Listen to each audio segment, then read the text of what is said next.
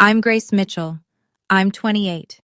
She is a gold digger, just like her mother, my father announced into the microphone, at my wedding reception, in front of 300 guests. The room went completely silent. My mother's hands shook at table 3. My grandmother gripped the edge of her chair. My brand new husband stood frozen beside the cake, and I, the bride in white, didn't cry. I didn't scream. I walked to the DJ booth, smiled at the sound engineer, and pressed play on a recording that had been sitting in my phone for 11 months. What came out of those speakers changed everything. My father's face went white. A man at table 6 stood up, adjusted his jacket, and walked toward my father with a manila envelope. That was 3 hours into my wedding. But the story starts 14 years before that night. My father thought he was exposing me. He didn't know I'd been waiting for him to try. Before I go on, please take a moment to like and subscribe, but only if you genuinely connect with this story. And if you don't mind, drop a comment telling me where you're watching from and what time it is there. I'd love to know. Now, let me take you back 14 years, to the night my mother packed 2 suitcases and told me we were leaving. I was 14 the night my mother left my father. She didn't warn me. She came into my room at 9:30 on a Tuesday, still wearing her nurse's scrubs, and said, "Pack what you need. We're going." I grabbed my backpack. Textbooks, a toothbrush, my phone charger. I didn't think to take the family photos on the hallway wall. I didn't know I'd never see them again. My father stood at the top of the stairs, arms crossed. He didn't try to stop us. He didn't ask where we were going. He looked at my mother, then at me, and said 5 words I will never forget. "Go. Take the ungrateful one with you." I was 14. I hadn't done anything ungrateful. I'd made honor roll that semester. I'd cleaned the kitchen every Sunday without being asked. But I was standing next to my mother, and in my father's world, that made me the enemy. My mother drove in silence. I held my backpack on my lap and watched the streetlights blur. I didn't cry. I think I was too confused to cry. Within a week, my father called every relative on his side of the family. Aunts, uncles, cousins. His version of the story was simple and effective. "Karen left because she found someone else. She's been lying to me for years." That was a lie. My mother hadn't found anyone. There was no other man. But my father said it with such conviction, the wounded husband, the betrayed provider, that people believed him. The church believed him. His golf buddies believed him. Even my grandmother on his side believed him, and she'd known my mother for 16 years. Nobody called to ask me what happened. I was 14, and I was already invisible. My father didn't call me for 6 months. When I finally called him, he picked up on the 3rd ring. His voice was flat, bored almost. "If you're calling to ask for money, you're just like her." I hung up. I sat on the edge of my mother's rented bed, because I didn't have my own yet, and stared at the wall. But I didn't learn the real reason my mother left until 11 months before my wedding. And when I did, it changed everything. My mother worked the night shift at St. David's Memorial, 12 hours, sometimes 14. She'd come home at 6 in the morning, make me toast, check my homework, and fall asleep on the couch still in her scrubs. We lived in a 1-bedroom apartment off Route 9. The carpet was beige and stained. The kitchen faucet dripped. My mother slept in the bedroom. I slept on a pull-out sofa in the living room and did my homework at the kitchen counter because we didn't own a desk. Meanwhile, my father lived in the 4-bedroom house my grandmother, his mother, had left him.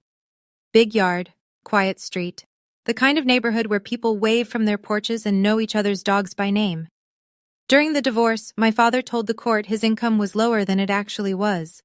My mother's lawyer was a legal aid attorney juggling 40 cases. He did his best. It wasn't enough. The judge signed off on a settlement that gave my mother $40,000. That's it. 14 years of marriage. 1 check. She never told me the number. I found out years later, 40,000. For a woman who'd put her nursing career on hold for 6 years to raise me while my father built his real estate business. My grandmother, my mother's mother, Maggie Brooks, helped when she could. She'd drive over with groceries, slip a 20 into my coat pocket when I wasn't looking. But she lived on a fixed income. Social Security and a small pension from the school district where she'd worked as a secretary for 31 years. At school, a girl in my English class asked me during lunch, "Didn't your dad say your mom is a homewrecker?" The rumor had traveled from my father's church circle to the school parking lot in under a month. I ate the rest of my sandwich in the bathroom stall. I kept my grades up. I didn't have a choice. Scholarships were my only way out. And when the acceptance letter came, full ride, State University, my mother held it in both hands and cried harder than the night we left. My father didn't know I'd been accepted. I didn't tell him. He never asked. "Your mother didn't leave because she's weak, sweetheart," my grandmother told me once, sitting at her kitchen table. "She left because she's brave." I wanted to believe that.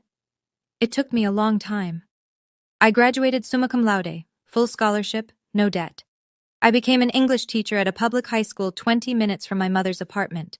The pay wasn't glamorous, $46,000 a year before taxes, but it was mine, every dollar. I graded papers at night. I drove a 10-year-old Honda Civic.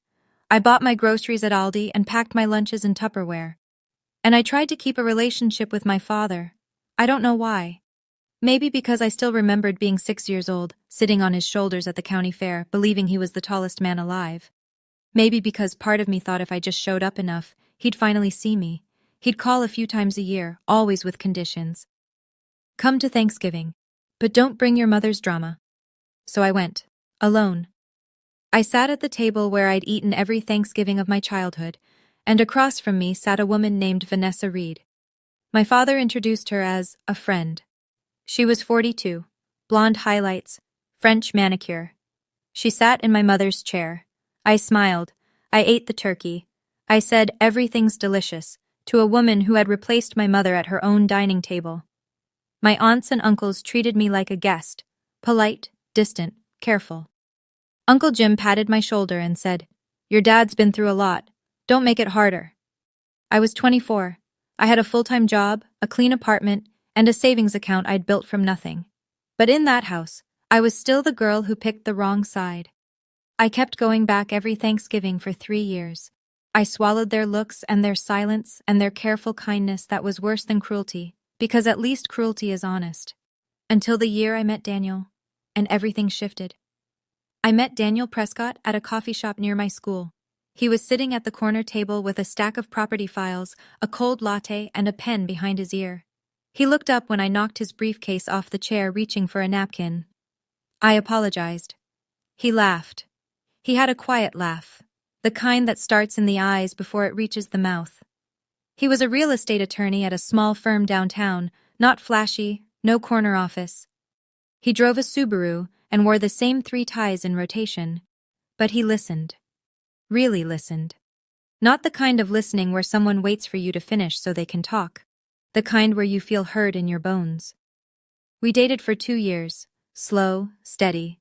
He never once asked about my father's money. He didn't know there was any to ask about. When I introduced Daniel to my father, Richard was polite. Cool. He shook Daniel's hand, asked about his firm, and smiled with his mouth, but not his eyes. After dinner, when Daniel went to the restroom, my father leaned across the table and said, "He's a lawyer? You know what lawyers do, right? They dig into people's business." I didn't answer. He didn't need me to. He was talking to himself. Daniel proposed on a Sunday morning in my apartment. No fancy restaurant, no skywriting. He made pancakes, put the ring in his pocket, and said, "I want every Sunday to be like this." I said yes before he finished the sentence. I called my father to tell him. 10 seconds of silence. Then, "I hope he knows what he's getting into." That was his congratulations. What I didn't know yet was that the day after that phone call, my father picked up the phone again, not to plan a celebration, but to start a campaign. He called Aunt Linda, Uncle Jim, his church friends. The message was the same everywhere. Grace is marrying a rich lawyer. She's changed. She's just like her mother. The seeds were planted months before the wedding. I just hadn't felt them growing yet. 11 months before the wedding, a Saturday afternoon. I was at my mother's apartment helping her pack boxes. She was downsizing, moving to a smaller place because even the 1-bedroom on Route 9 had gotten too expensive. We were sorting through the hall closet when I found a shoebox on the top shelf, old sneakers inside, a few receipts, a folded piece of paper, and underneath everything, a USB drive with a strip of masking tape on it. Someone had written on the tape in blue ink, From V. You should hear this. Mom. What is this? My mother looked at the USB. Her face went still, not surprised, not confused. Still, the way a person gets when something they buried a long time ago comes back up through the dirt. Put it back, Grace. What is it? She didn't answer. She reached for it. I pulled my hand away. I went to the kitchen, opened my laptop, plugged in the USB, one audio file, 3 minutes and 12 seconds. I pressed play. My father's voice filled the room, slightly slurred, late at night from the sound of it. He was leaving a voicemail for Vanessa. She hadn't picked up. Hey babe, it's me. Karen's lawyer is useless. I moved the house, Mom's house, into the LLC last month. She'll never find out. By the time the judge signs off, it's done. I stopped breathing. And Grace? Don't worry about her. She's an ungrateful brat. She chose Karen. Fine, she gets nothing, just like her mother. His voice kept going, casual, almost cheerful. Once this is settled, you move in. This house is ours. Karen will never know. The file ended. Silence. I sat on my mother's kitchen floor and played it again, and again. The third time I wasn't listening for the words anymore. I was listening for the man I thought I knew. And he wasn't there. My mother stood in the doorway. She was crying. Vanessa sent that to me after she and your father broke up, she said quietly. I think she wanted to hurt him, or help me. I don't know. I kept it because I was afraid to use it, and I was afraid to throw it away. I sat on that floor for 2 hours. Then I called Daniel. I need you to look at something, I said, as a lawyer. Daniel came over that night. I handed him the USB without saying anything. He plugged it in, pressed play, listened with his hands folded on the table, the way he does when he's processing something serious. When it finished, he didn't speak for a long time. Then he opened his laptop and pulled up the county assessor's website, public property records, the kind anyone can search if they know where to look. It took him 11 minutes. Grace. His voice was careful. Your grandmother's house, the one your father lives in, it was transferred into an LLC 18 months before the divorce was finalized. The LLC is registered to your father and a woman named Vanessa Reed. He turned the screen toward me. There it was, black and white, public record. The house my grandmother had left to my father, appraised at $680,000, had been quietly moved out of his name and into a shell company before the court ever divided anything. My mother received $40,000 in the divorce. She should have received half. This is fraud, Daniel said.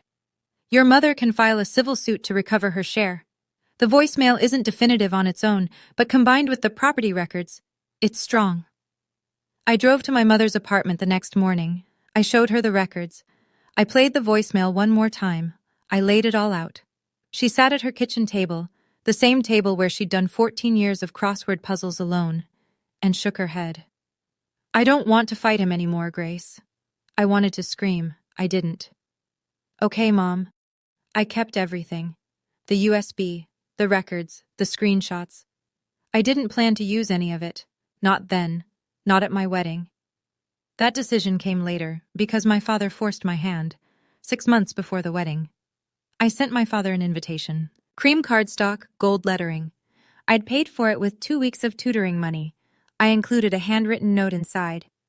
I'd really like you to be there, Dad. He called the next day. I'll be there, he said. And for one stupid, hopeful second, I thought maybe he'd changed. He hadn't. 2 weeks later, my Aunt Linda called me on a Tuesday evening. She sounded uncomfortable, the kind of uncomfortable that comes with delivering bad news you didn't ask to carry. Honey, your dad is telling everyone you're marrying for money. He told me Daniel's some big-shot lawyer and you latched on. He said, she paused. He said, you're just like your mother. There it was. The same story, the same label. 14 years later, and he was still telling it. I don't believe him, Linda said quickly. But you should know, he's been calling people. Jim, Pastor Peters, even some of Daniel's family. He got numbers from the RSVP list. My stomach dropped.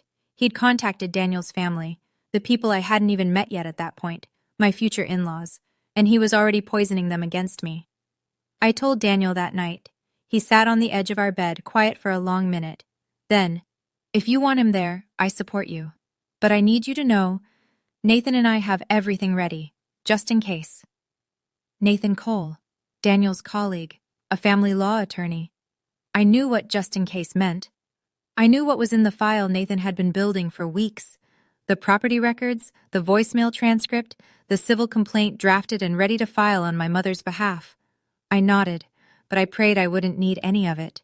If I stayed quiet, my father would keep controlling the story. My mother would never see a dime of what was stolen from her, and I would spend the rest of my life wearing the word Golddigger in every room my father entered. 2 weeks before the wedding, my father called again. What he said made me stop hoping. The call came on a Wednesday night. I was grading essays at the kitchen table. Daniel was reading on the couch. My phone buzzed. "Dad," I picked up. "I'm doing the father's toast," he said. "No greeting, no small talk. It's tradition." "Of course, Dad." "And I want to talk to the wedding planner. I have things I need to coordinate." I closed my eyes. "I'll give you her number." A pause. Then his voice dropped. Quieter, slower, the way it always got when he wanted his words to land like a slap disguised as advice. "I hope Daniel knows that marrying you doesn't make him family. My family has standards." I sat very still. My pen stopped moving on the essay in front of me. I could hear the refrigerator humming. Daniel looked up from his book. I didn't respond. I ended the call, set my phone on the table, and stared at it like it might ring again. It didn't. That night, I called my grandmother. Maggie picked up on the first ring. She always did, like she kept the phone in her hand waiting for me. "He's going to do something at the wedding, Grandma." "I know, sweetheart." "How do you know?" "Because men like your father can't let other people be happy without making it about themselves. A man who has to tear others down is a man who's scared of what they'll find when they stand up." I was quiet for a moment. Then I made my decision. I pulled the voicemail file from my laptop onto my phone, checked the playback, clear, unmistakable. I plugged it in, backed it up onto a second USB, and handed the spare to Daniel. "Tell Nathan to bring the envelope." Daniel nodded. No questions. He already knew. The next morning, I called Aunt Linda. She picked up fast, like she'd been expecting to hear from me. "Linda, you said Dad was practicing his toast. What did you hear?" She hesitated. "I was at his house for dinner last Sunday. He was in the study with the door open. I heard him reading something out loud. Grace, it wasn't a normal toast. He was practicing something about your mother." My stomach tightened, but my hands were steady. I tried to stop it. I want you to know that. I didn't go into my wedding hoping for a fight. I called my wedding planner Rachel the next morning. "Is there a way to skip the father's toast? Just have the best man and the maid of honor?" Rachel paused. "Your father already confirmed with the DJ. He specifically asked to go right after the best man's speech. I assumed you'd approved it." He'd gone around me. Of course he had. I called my father. I kept my voice light, the way you do when you're trying to defuse a bomb with a smile. "Dad, Daniel's best man has a really long speech planned. Maybe we cut the father's toast to save time?" Silence. 5 seconds. 10. "Are you trying to silence me?" His voice was ice. "In front of my own family? This is exactly what your mother did." There it was, the pattern. Every time I tried to set a boundary, he'd compare me to her. As though being like my mother was the worst thing a person could be. I knew then, if I canceled the toast, he'd make a scene some other way. He'd pull someone aside during cocktail hour. He'd corner Daniel's parents at the bar. He'd find a microphone or make one out of a wine glass and a loud voice. At least with the scheduled toast, I knew exactly when it would happen. I could be ready. I called the DJ that afternoon. His name was Marcus. I said, "If I come to the booth during the reception, you hand me the aux cable. No questions."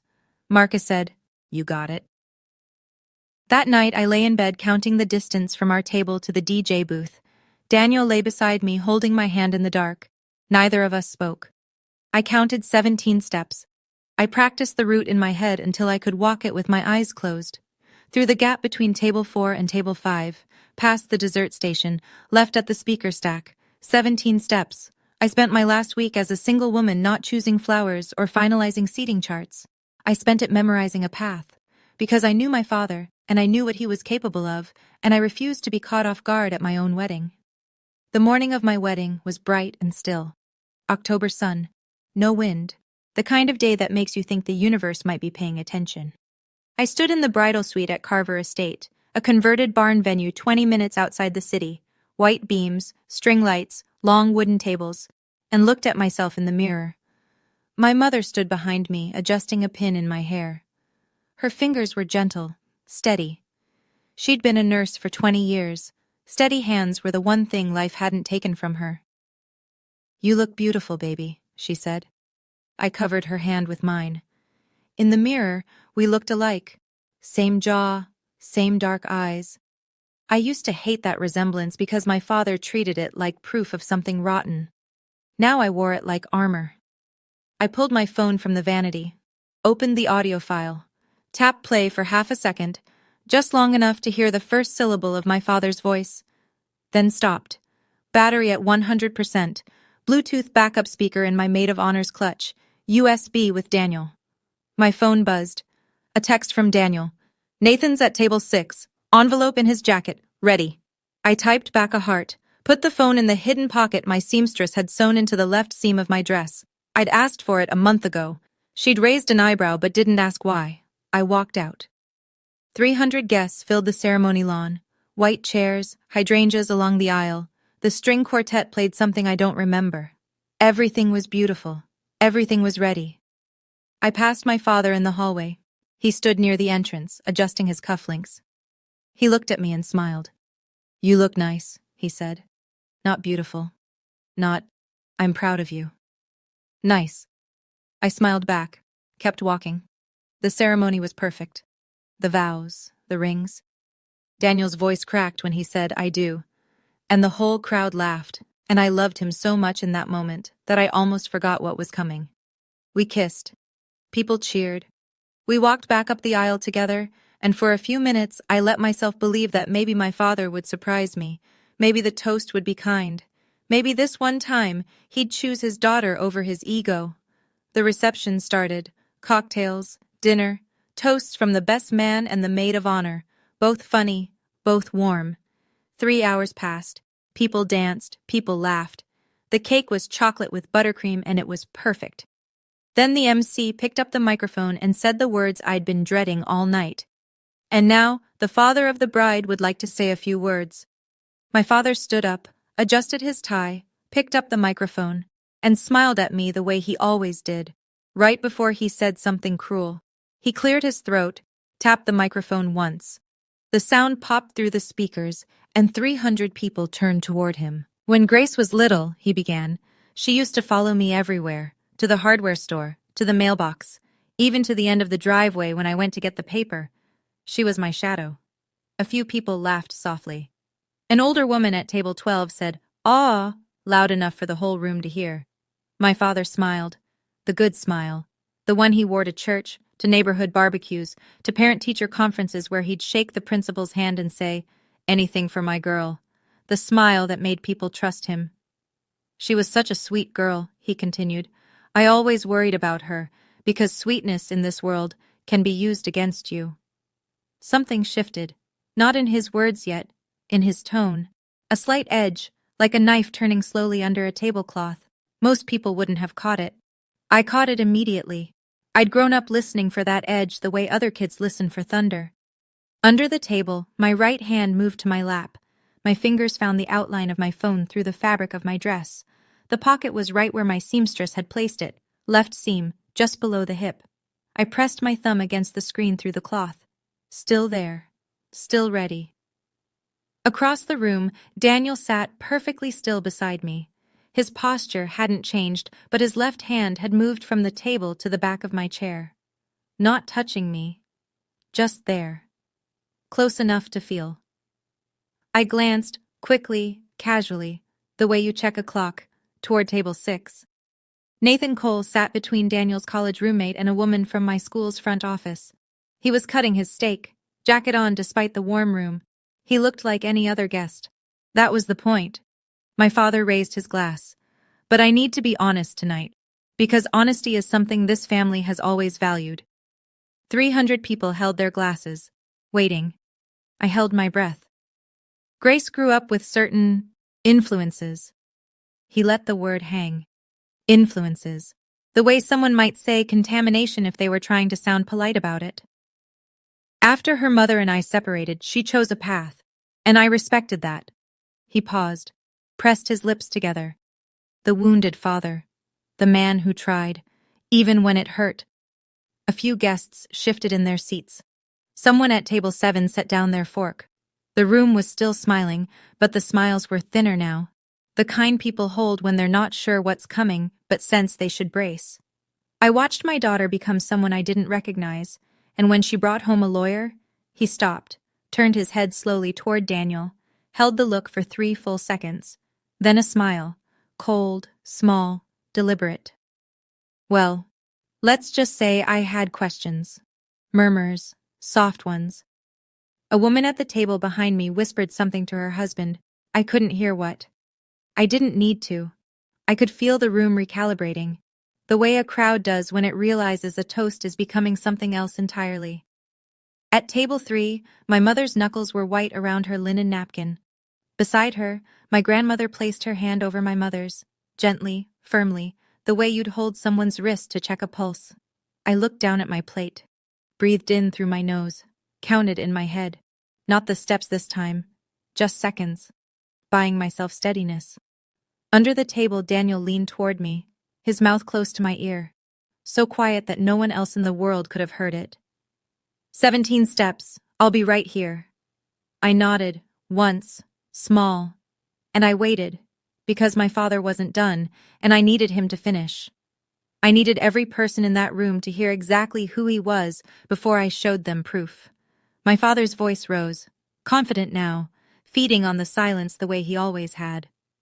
Because in my experience, when a young woman suddenly upgrades her lifestyle, the murmurs were louder now, not agreement, discomfort, chairs creaking, eyes darting, the sound of a room holding its breath and hoping someone would intervene. No one did. My father looked directly at me, not at the crowd, not at Daniel, at me, the way he used to look at me across the dinner table when I was 14 and said something he didn't like, that flat, appraising stare that told me I had already been found guilty. He spoke slowly, every syllable deliberate, as though he'd rehearsed this exact rhythm in front of a mirror. I want everyone here to know the truth. My daughter, she is a gold digger, just like her mother. Silence. Not the polite kind, not the pause between speeches kind. The silence of 300 people collectively losing the ability to speak. A glass clinked somewhere. Someone's hand had knocked it, and the sound was so loud it might as well have been a gunshot. At table 3, my mother made a sound. Quiet. Involuntary. Like the air had been pulled from her chest. Her tears came, but she didn't move. She sat perfectly still, the way she'd trained herself to sit through every insult for 14 years. My grandmother started to rise. My mother's hand found her arm and pulled her back down. Daniel's best man, Kyle, set his whiskey glass on the table so hard the ice rattled. His jaw was tight. He looked at Daniel. Daniel shook his head once. Not yet. My father didn't stop. The silence fed him. I'd seen this before. The way quiet made him louder, braver, more certain he was right. Daniel, if you're smart, you'll get a prenup, because this woman will take everything you have. He paused, smiled. It's in her blood. I set my napkin on the table. I stood up. The chair slid back behind me, a soft scrape on the hardwood that seemed to echo across the entire room. 300 faces turned toward me, some horrified, some frozen, some looking away, ashamed for having witnessed this but unsure what to do about it. I didn't look at my father. I walked toward the DJ booth. 1, 2, 3. I didn't walk toward my father. I didn't need to. The speakers would carry everything I needed them to hear. 4, 5, 6. The room watched me walk. In a wedding dress, every movement is amplified. The fabric catches light. The train drags across the floor with a whisper that sounds louder than it should. I could feel every set of eyes tracking me like I was the last visible thing in the room. My father's voice followed me through the speakers. See? She's walking away. That's what she does. That's what her mother taught her. He let out a short laugh. bitter, performed. When the truth comes out, they run. I kept walking. 7, 8, 9.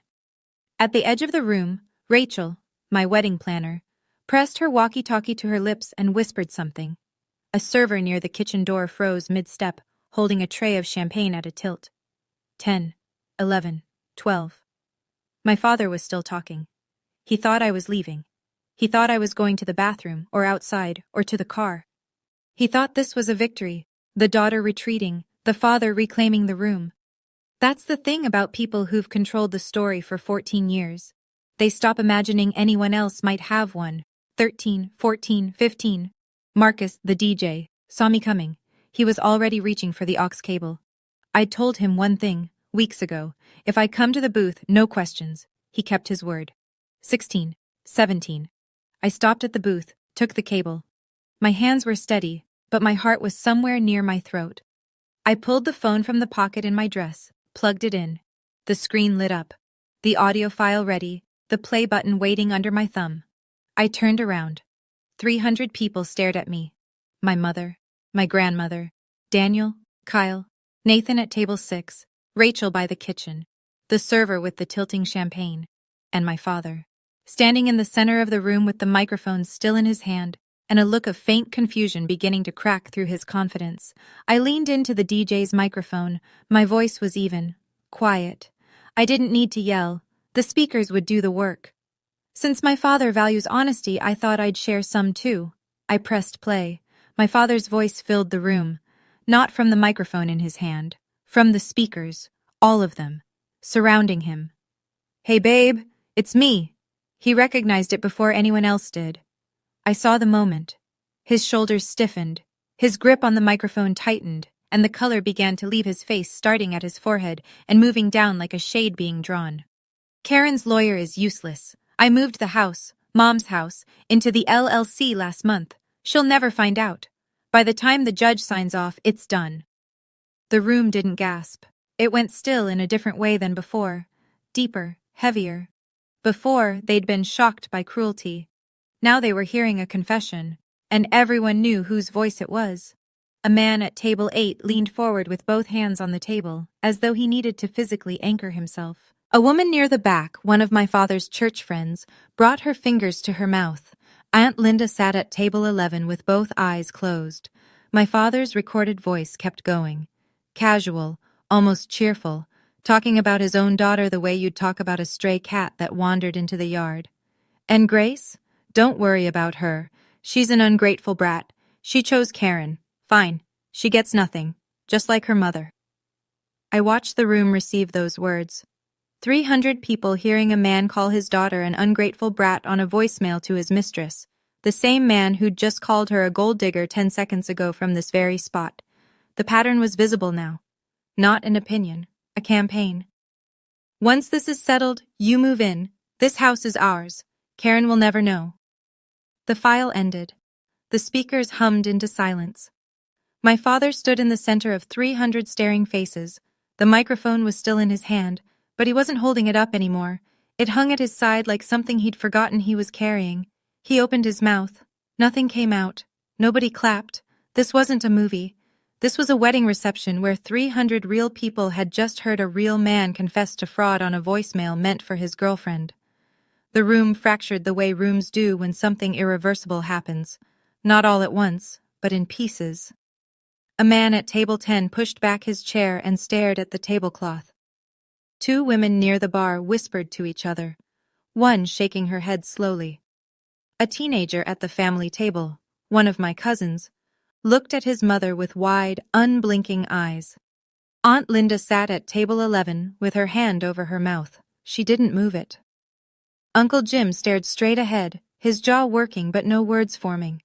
Pastor Peters, 3 seats down, had removed his glasses and was pressing his thumb and forefinger against the bridge of his nose, the way you do when you need to rethink everything you've believed about someone. At table 9, my friend Carla was crying. Not loudly, just tears running down her face while she gripped her husband's hand under the table. My father found his voice, hoarse, fast. That's taken out of context. She manipulated the... I spoke into the DJ microphone. Calm. No tremor. That voicemail is 3 minutes long. Everyone just heard all of it. There is no context that makes it okay. He turned, searched the room, looking for backup, looking for a single face that might nod, might agree, might rescue him the way this town had rescued his story for 14 years. Uncle Jim looked away. Pastor Peters didn't raise his head. The church friends at table 8 studied their plates like they held the answers to something. This is my daughter's wedding and she's trying to destroy me. No, Dad. My voice didn't waver. This is my wedding, and you decided to make it about yourself. I just leveled the field. He stared at me. For the first time in my life, my father had nothing to say. And then a chair moved at table 6. Nathan Cole set his napkin on the table. He stood the way lawyers stand, unhurried, deliberate, as though the room had cleared a path for him before he'd even taken a step. He buttoned his jacket with one hand. The other reached inside the left breast and withdrew a manila envelope. Standard size, nothing dramatic, the kind you'd see on any desk in any office in America. He walked toward my father. His shoes were quiet on the hardwood. The room tracked him the way it had tracked me. 300 people watching someone cross a room and understanding, somehow, that what was about to happen would make this night permanent. My father looked at Nathan. He didn't recognize him. Why would he? Nathan was a name on a table card. A +1. Nobody. Who the hell are you? Nathan stopped 3 feet from my father. Professional distance. Eye contact. Nathan Cole, attorney at law. I represent Karen Mitchell in the matter of Mitchell versus Mitchell, a civil action for fraudulent concealment of marital assets. He extended the envelope. My father didn't take it. His hands stayed at his sides, the microphone still dangling from the right one like a dead weight. Nathan placed the envelope on the nearest table, beside a half-eaten slice of cake and a glass of water with a lemon wedge. You've been served, Mr. Mitchell. The words landed in the silence like a stone dropping into a well. You could almost hear the impact reach the bottom. My father looked at the envelope, then at me, then at Daniel, then back at the envelope, as though staring at it long enough might make it disappear. He set the microphone on the table. Slowly, the way you put something down when you know you've lost the right to hold it. Then he turned and walked toward the exit, not fast, not slow, the walk of a man leaving a room where no one was going to ask him to stay. The door closed behind him. A soft click that carried through the silence like a period at the end of a sentence. 5 seconds, maybe 10. The room held still. Then Marcus, the DJ, God bless him, looked at me from the booth. I nodded. The opening notes of At Last by Etta James filled the room. That song. My mother used to hum it to me on the pull-out sofa after we left. My grandmother would sing the chorus while she made tea on Sunday mornings. It wasn't our wedding song. It was something older, something deeper, a song about waiting and the waiting finally being over. Daniel stood up, walked to me, offered his hand. His eyes were red, but his voice was steady. May I have this dance? We danced. I don't remember the steps. I remember his hand on my waist, and the way the room slowly began to breathe again around us. A few couples stood and joined us on the floor, not because the mood was right, but because they understood that the kindest thing they could do was help this wedding feel like a wedding again. I was trembling. I hadn't noticed it until we were dancing, and then I couldn't stop. Not my hands, my whole body, ribs, shoulders, knees, shaking the way you shake after a car accident, when the danger is over, but your body hasn't gotten the message. Daniel held me tighter, didn't say a word, just held. When the song ended, I walked back to the DJ's microphone. My voice was hoarse now, but I didn't try to hide it. I owe everyone here an apology for the disruption. This is not how I imagined tonight. I took a breath. My father and I have a complicated history. What you heard is a voicemail he left for his girlfriend, while he was still married to my mother, about hiding assets from the divorce court. The room was so quiet, I could hear the ice machine humming in the catering kitchen. My mother spent 14 years working night shifts as a nurse to raise me alone. She is not a gold digger. She is the strongest person I know. I pointed toward table 3. And she's sitting right there. My mother was crying. My grandmother had both arms around her. They looked small at that big round table. Two women who'd spent 14 years being small so a man could feel big. A chair scraped at table 2. Daniel's mother, Patricia Prescott, a retired school principal with silver hair and reading glasses on a chain around her neck, stood up. She crossed the room to table 3. She didn't say anything at first. She just put her arms around my mother, held her. Then quietly, "You raised a remarkable daughter." My mother broke. Not the held-together kind of crying from before, the real kind. The kind that sounds like something being unlocked after a very long time. And the thing my father feared most had already happened. His daughter wasn't rejected by her new family. She was claimed. What followed wasn't dramatic. It was just people, real people, deciding who they believed. Aunt Linda reached me first. She took both my hands and said, in a voice that cracked down the middle, "I'm sorry. I should have seen it sooner." I squeezed her hands.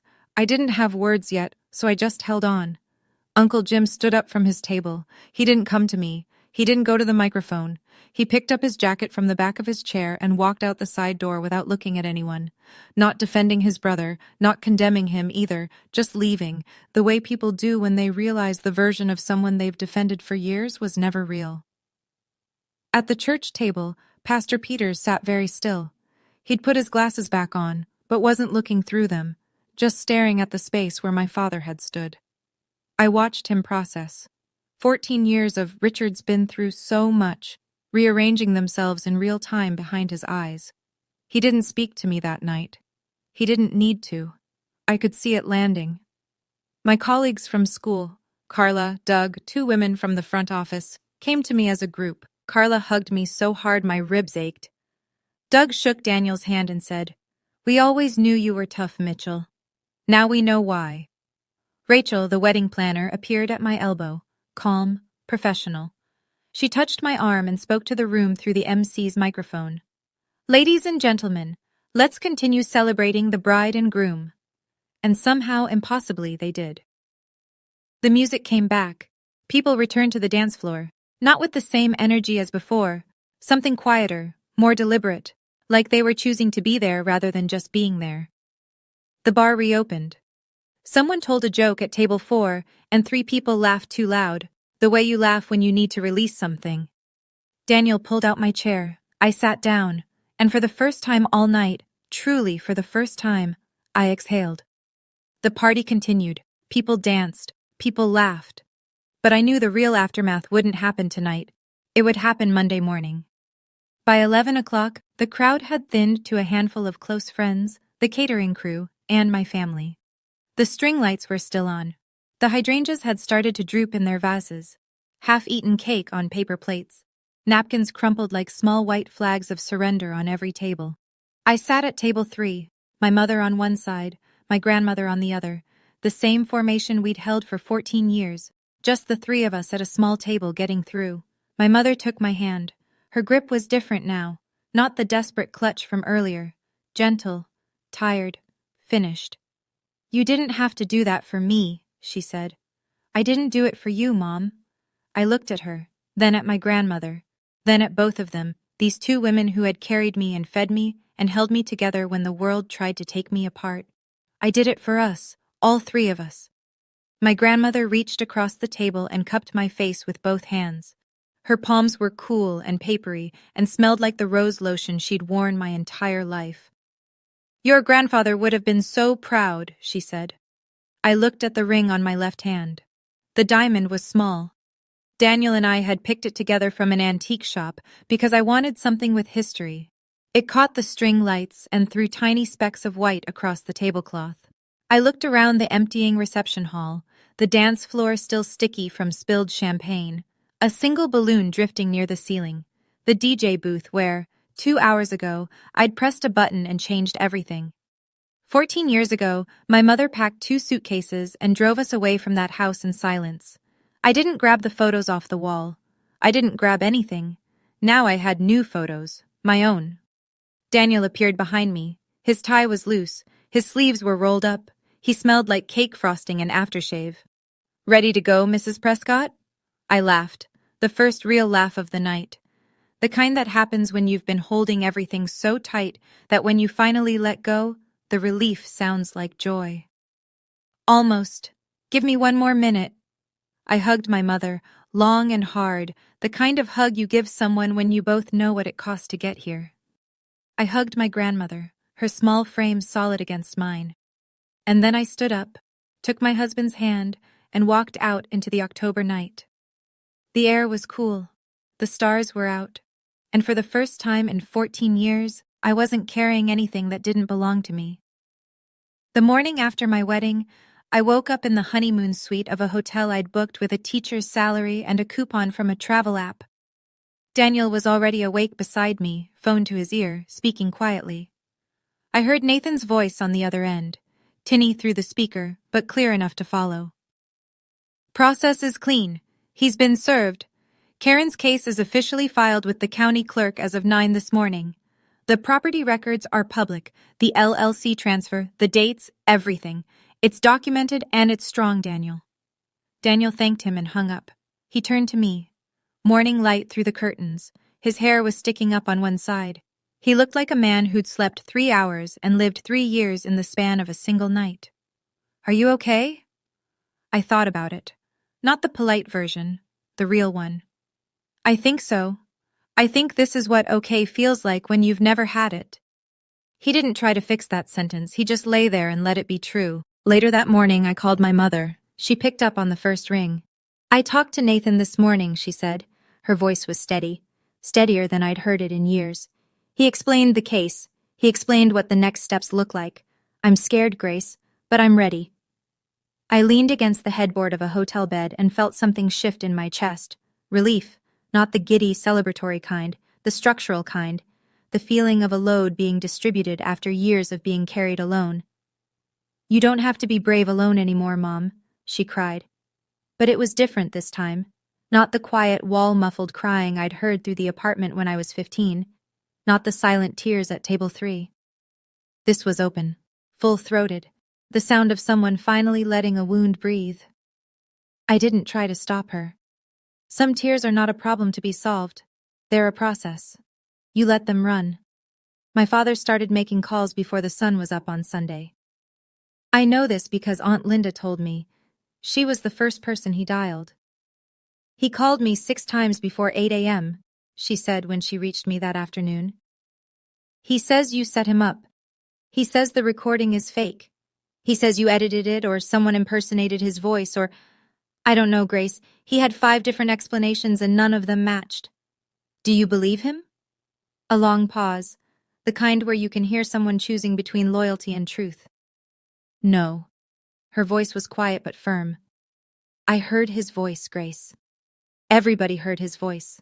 That was him. My father called Uncle Jim next, then Pastor Peters, then 3 couples from the church hospitality committee and a deacon named Frank who my father played poker with on Thursday nights. The pitch was the same everywhere. Grace is manipulative. She planned this. She's doing exactly what her mother did. But here's the thing about a voicemail played through high-quality wedding venue speakers in front of 300 witnesses. You can't unhear it. Every person in that room had listened to Richard Mitchell, in his own voice, describe how he'd hidden a $680,000 house from the divorce court, call his daughter an ungrateful brat, and promise his girlfriend a future built on stolen assets. No amount of phone calls could rewrite that. By Tuesday, Pastor Peters called my mother, the first time in 14 years. Karen, I owe you an apology. His voice was heavy, old-sounding, even though he was only in his 60s. I believed Richard's version for too long. I'm sorry. My mother was quiet for a moment. She set the phone down, looked out the window at the parking lot of her apartment complex, then picked it up again. Thank you, Pastor. That means more than you know. She didn't say anything else. She didn't need to. An apology 14 years late isn't a cure. But it's an acknowledgement that the wound was real. And sometimes that's the part that takes the longest to arrive. Meanwhile, Richard discovered the source. He'd called Vanessa Reed. And her number was disconnected, changed, gone. The woman he'd trusted with his secrets had handed those secrets to the woman he'd betrayed, and then vanished from his life completely. He was calling into voids now, every line dead, Every ally silent. Every door he'd spent years propping open, closed. 2 weeks after the wedding, Nathan called a three-way with me and my mother. He was all business. No pleasantries, no dramatic pauses, just facts. Richard's attorney reached out this morning. They want to settle out of court. Nobody was surprised. My father knew what was in the public record. He knew the voicemail existed. He knew 300 people could be called as witnesses to his own words. Going to trial would be a spectacle he couldn't afford, financially or otherwise. His opening offer, $100,000. Nathan's response was one sentence. The house was appraised at $680,000 at the time of the divorce. Your client concealed it. We're seeking equitable distribution plus damages. My father's lawyer pushed back. Of course he did. That's what lawyers do. There were 6 weeks of calls, emails, counteroffers, and document exchanges. Nathan handled all of it. My mother didn't have to sit in a room with Richard. She didn't have to see him. She just had to sign where Nathan told her to sign and trust the process. The final number? $340,000. 50% of the home's value at the time of the divorce. My father would have to liquidate the LLC, sell the house his mother had left him, to pay it. The house where he'd lived for 14 years. The house he'd stolen from the settlement. My mother received the wire transfer on a Thursday afternoon. She was at work, mid-shift at the hospital, when the notification came through on her phone. She told me later that she walked into the break room, sat down on a plastic chair, and just looked at the number. For the first time, she said, I can breathe. She didn't buy anything with it, not right away. She put it in a savings account, the first real savings she'd had since the divorce, and let it sit there. Not because she was frugal, because she needed time to believe it was real. After 14 years of being told she deserved nothing, she needed to sit with the fact that the system had finally said otherwise. I didn't take a cent. I never wanted the money. I wanted the record corrected. I wanted my mother's name cleared.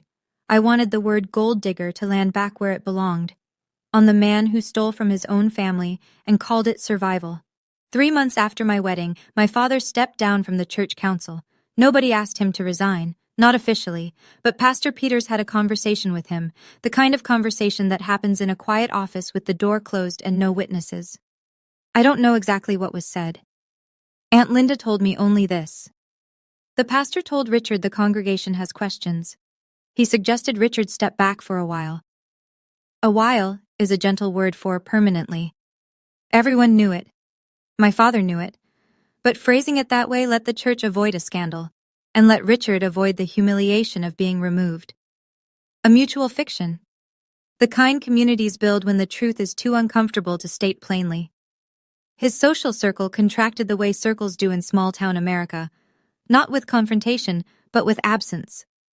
The Thursday poker game continued, but Frank stopped calling to remind Richard of the time. The neighborhood barbecues still happened, but the invitations got lost in the mail. Nobody said, "You're not welcome." They just stopped making room. He sold the house. He had to. The settlement required it. The LLC was dissolved. The 4-bedroom on the quiet street with the porch and the dog-friendly yard went to a young couple from out of state who had no idea what had happened inside those walls. My father moved into a 2-bedroom apartment on the east side of town, alone. Vanessa was long gone. There was no one new. Aunt Linda still visited him. Once a week, Sundays. She'd bring dinner and sit with him for an hour. She told me once, "You need help, Richard. Real help. Not the kind where you tell a therapist everyone else is the problem." I don't know if he listened. I knew all of this secondhand, through Linda mostly. I didn't track my father's decline. I didn't check on his apartment or his social calendar. I didn't feel satisfaction when I heard about the poker game or the church council. I felt something quieter, sadder. The specific sadness of knowing your father had 1,000 chances to be decent and chose, every single time, not to be. He wasn't a monster. That's the part people don't understand. Monsters are easy to leave. My father was a man who remembered my favorite ice cream flavor and still chose to destroy my wedding. That's harder. My mother enrolled in a nurse practitioner certification program 3 months after the settlement cleared. She was 55 years old, sitting in a lecture hall with students half her age, taking notes in a spiral notebook with a pen she'd clipped to her scrubs pocket out of habit. She told me she was terrified the first day. By the second week, she loved it. She'd spent 14 years in survival mode, working doubles, clipping coupons, choosing between a new winter coat and a car repair. The settlement didn't make her rich. It gave her margin, enough to reduce her shifts, pay tuition, and breathe between obligations for the first time since the divorce. My grandmother moved in with her. They found a 2-bedroom apartment with good light and a balcony that faced east. Maggie hung a bird feeder on the railing. She said she liked having something to take care of that couldn't talk back. The first time I visited the new apartment, I stood in the kitchen and looked at the refrigerator. And I had to hold on to the counter.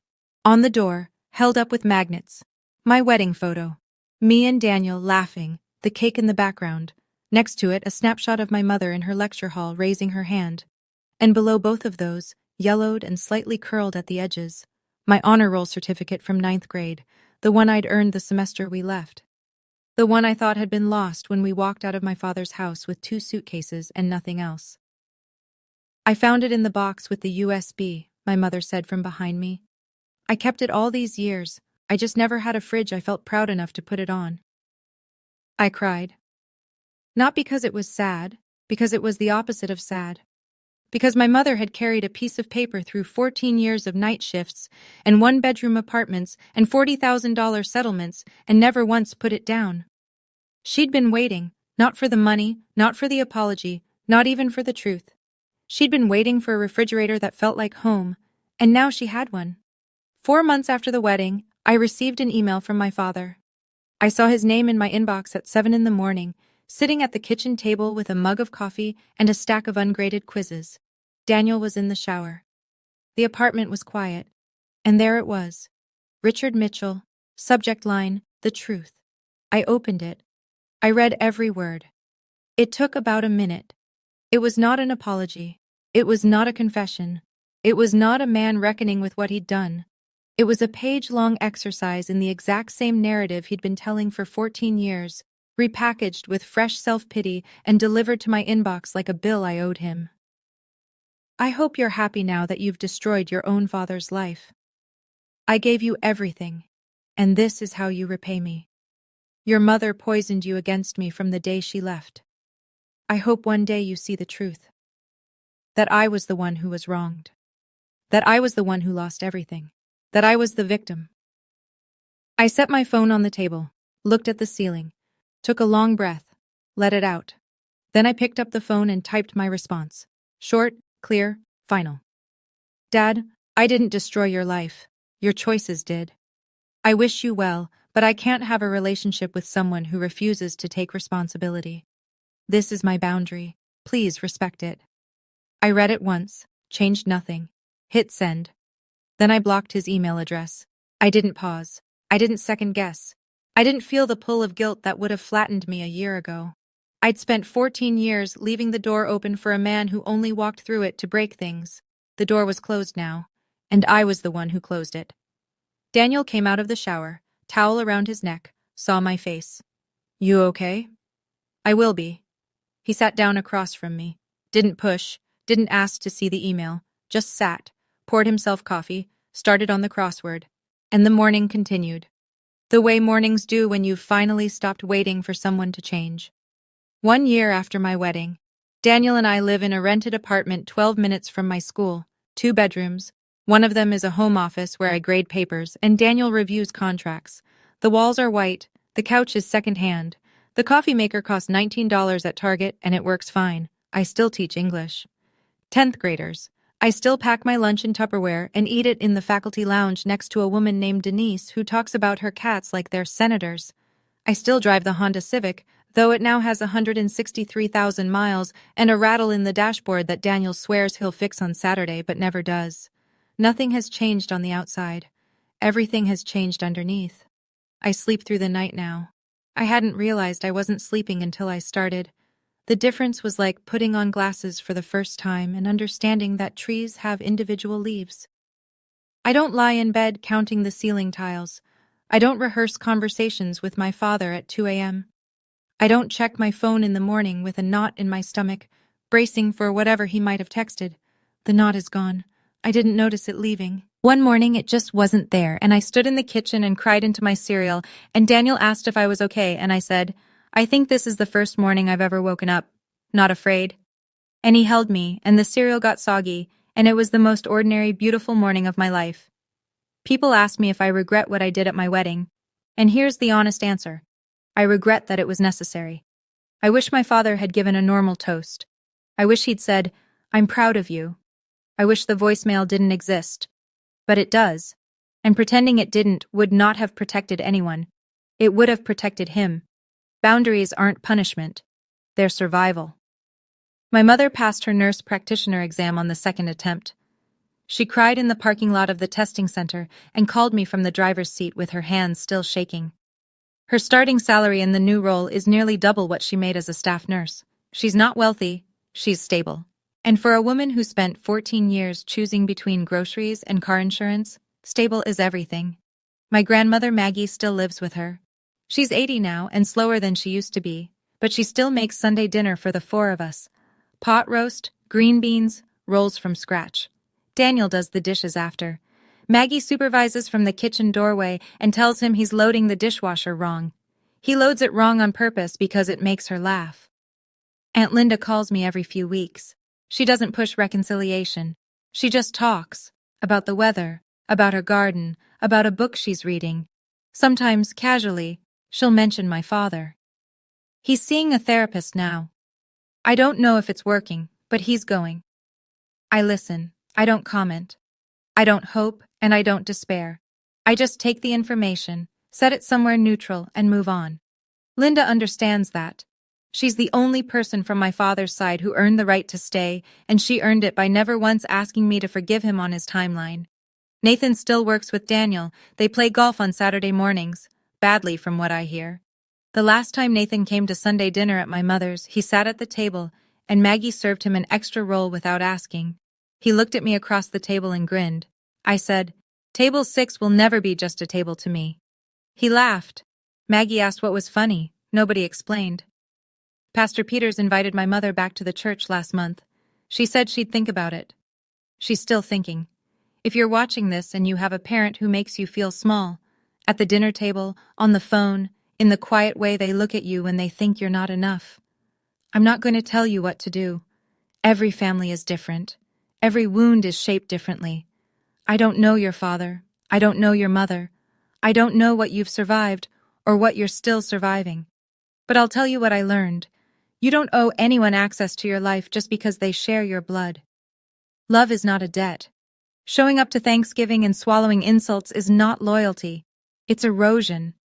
And standing up for yourself is not betrayal, no matter how many times they tell you it is.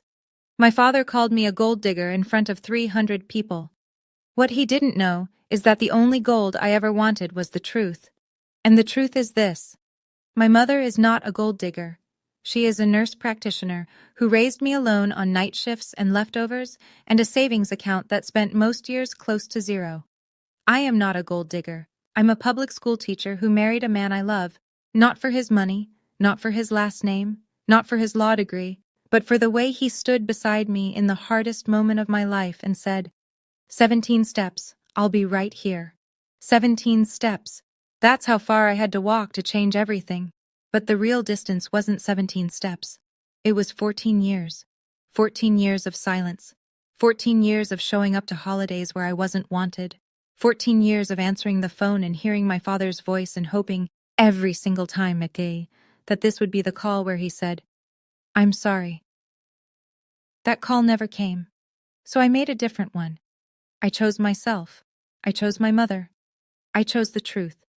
And if you need permission to do the same, consider this yours. Last Sunday, my mother's apartment. The one with the good light and the bird feeder on the balcony. We're sitting around the kitchen table. Me, Daniel, my mother, my grandmother. The table is small. Our elbows almost touch. There's pot roast and green beans and rolls from scratch, and Daniel has already eaten 3 rolls and Maggie is pretending not to notice. My mother is laughing. Not the careful kind of laughing she used to do, the kind that checked the room first to make sure it was safe. Real laughing. Loud. She's telling a story about a patient who brought a parrot to the clinic, and Maggie is shaking her head and saying, "Lord have mercy," even though she's laughing too. And Daniel is wiping his eyes with a napkin because he's laughing so hard he can't breathe. I'm just sitting here, watching them. On the refrigerator behind my mother's head, our wedding photo, slightly crooked. Her nurse practitioner certificate in a cheap gold frame. And below both, held up by a magnet shaped like a sunflower, my honor roll certificate from 9th grade, yellowed, curled, 14 years old, still there. I look at that refrigerator, and I think about the one in my father's house, the one I grew up with, covered in everyone else's achievements, where I once taped my own certificate and found it gone by morning. This fridge is different. This fridge holds everything. Daniel nudges me under the table. "You okay?" I look at him, then at my mother, then at my grandmother, 80 years old, arthritic hands wrapped around a coffee mug, still the strongest person at the table. "Yeah," I say. "I'm good." This is my family, not the one I was born into, the one I chose, and the one that chose me back. Thank you for listening. And if this story stayed with you, if it reminded you of a boundary you need to set, or a truth you've been carrying alone, or a phone call you've been afraid to make, I want to hear about it. Drop a comment below and tell me, would you have pressed play, or would you have walked away? There's no wrong answer. Both take courage. And if you'd like to hear another story, there's one waiting for you in the description. I'll see you there.